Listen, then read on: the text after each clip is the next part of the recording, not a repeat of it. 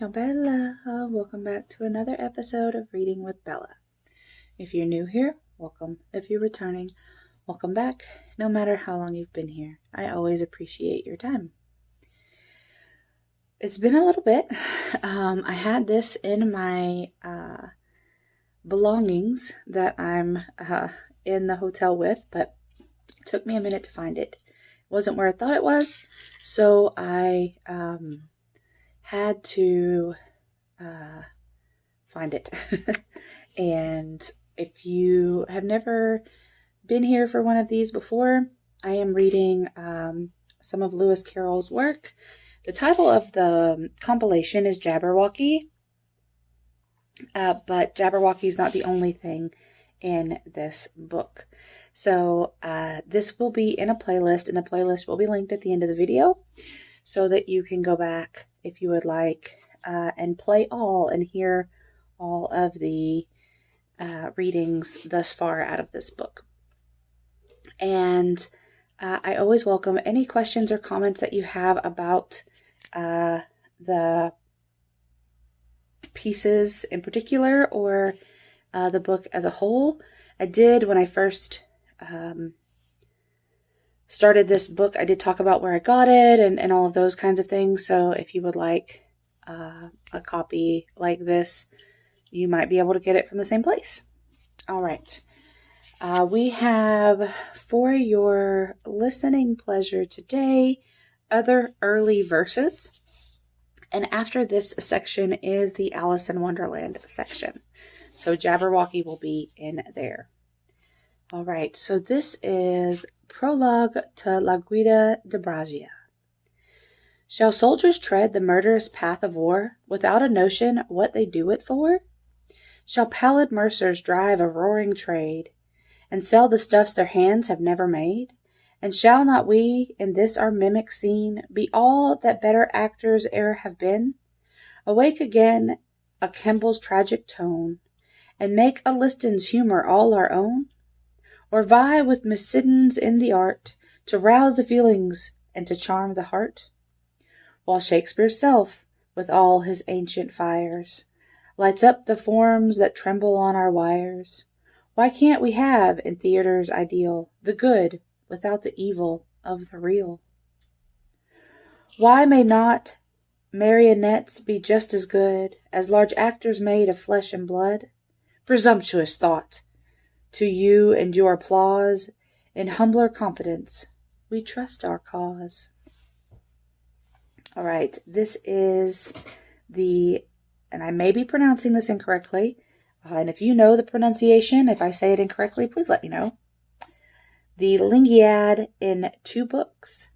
Book 1.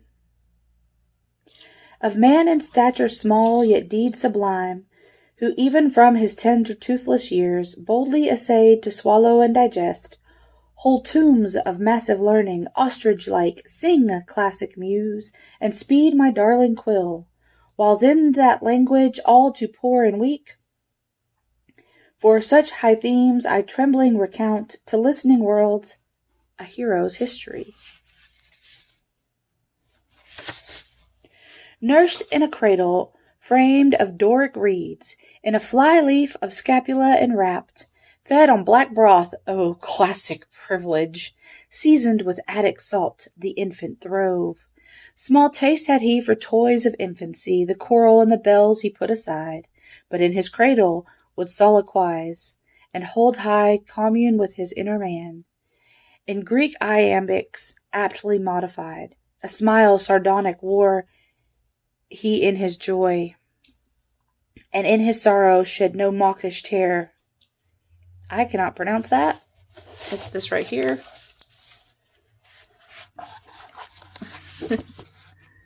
I don't know what that says. Was his only cry, and with much smiting of the beast he wrestled, and would have rent his hair, but that he had none, because it was just a baby. A merry boy the infant hath become. He leaps and dances in the light of life. With his shrill laughter rings the ancient house. The stairs re-echo to his tread. As light As when beneath the solemn oaks at eve, the tricksy fairies in their revelry wheel in wild dance, nor mark the dewy grass.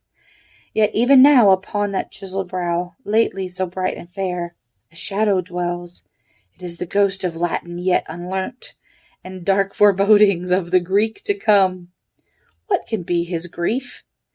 He has all he loves, a scapula, and Ainsworth's dictionary, and all the Greek and all the Latin authors. Then wherefore, moody boy, that crystal tear? It is the thought, methinks, I hear him moan, claspering with quivering hands his aching brow, that certain plays Euripides hath written are lost, and I shall never see them.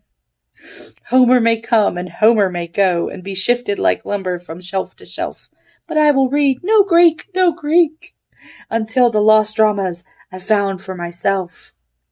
Thus all unconsciousness rhymed his agony, adapting to the anguish of the hour, a fragment from our poet laureate. Book 2. Sing ye who list the deeds of ancient might, in tournament or deadlier battle fray. Sing ye the havoc and the din of war, a nobler and gentler theme be mine. Through twice 9 years eventless passed his life, save that each day some large addition brought to that vast mass of learning stored within. But now, bright fancy thrilled his raptured mind, and poised her wings for flight, yet ere she rose, with ponderous sense he loaded her to earth, and the full flood of poesy within he primly tortured into wooden verse. Glory of the ancient time, classic fount of other days, how shall I in modern rhyme fitly sing thy praise? It chanced the other day a tattered beggar asked an alms of me. Bestow a trifle, sir, in charity. I turned and said, Good man, I have but 6 pence in my purse. Yet rather than in hunger you should pine, and so your misery grow worse, it shall be thine, if you'll be only good enough to say that in Latin. Was this encouragement to classic lore? Say rather, more. He told the man to ask in Latin. So may my course forever smoothly run, and onward swell in that smooth channel where it hath begun. Still climbing up the classic heights, where fame doth dwell, and still I will, from month to month, from week to week, devote my drowsy days and wakeful nights to Greek. Such were the fancies of his lighter mood, which very seldom came.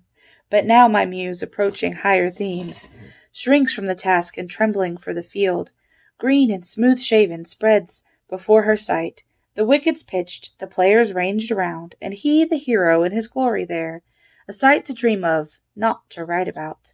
Then fare thee well, greatest of little men, in Greek and Latin and the cricket field, great as a bowler, great as a bat, but as a short slip, greater yet than that.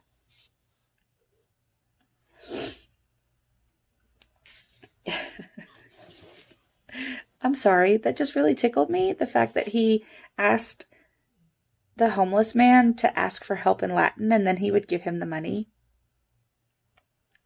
It was very nice. But can you imagine being in your own head so much that you think everyone needs to be able to do the same things you can do? That's just my interpretation. It may be something different for you. But, this is from a letter to his younger sister and brother in 1855. The questions are shouted from one to the other, and the answers come back in the same way. It is rather confusing till you are well used to it. The lecture goes on something like this. What is twice 3? What is a rice tree? When is ice free? What's a nice fee? Half a guinea! Can't forge any. Oh, for a ginny! Don't be a ninny! Looks offended, but tries another question. Divide 100 by 12. Provide wonderful bells. Go ride under it yourself. Deride the dunder-headed elf. Who do you mean? Doings between. Blue as the screen. Soup tureen! And so the lecture proceeds.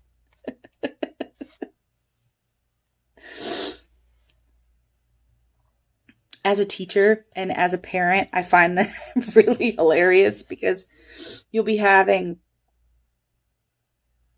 very interesting conversations, and it depends on what somebody hears as to how they answer you. So that's funny. Okay. This one is called Upon the Lonely Moor.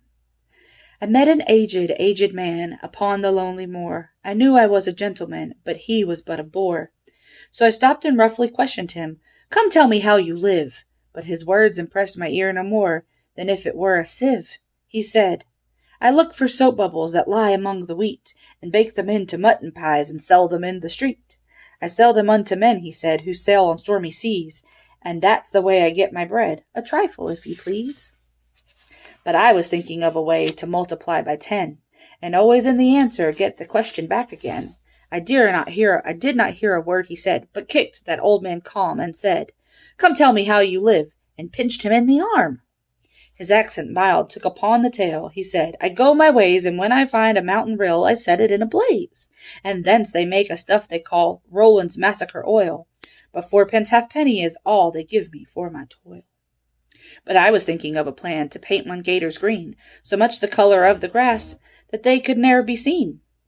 I gave his ear a sudden box, and questioned him again, and tweaked his grey and reverend locks, and put him into pain.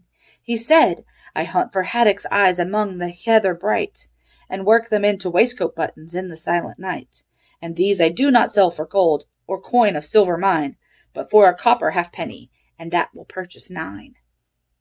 I sometimes dig for buttered rolls, or set lime twigs for crabs. I sometimes search the flowery knolls for wheels of handsome cabs, and that's the way, he gave a wink, I set my living here, and very gladly will I drink your honour's health and beer. I heard him then, for I had just completed my design, to keep the Menai Bridge from rust by boiling it in wine. I duly thanked him ere I went, for all his stories queer, but chiefly for his kind intent, to drink my health and beer.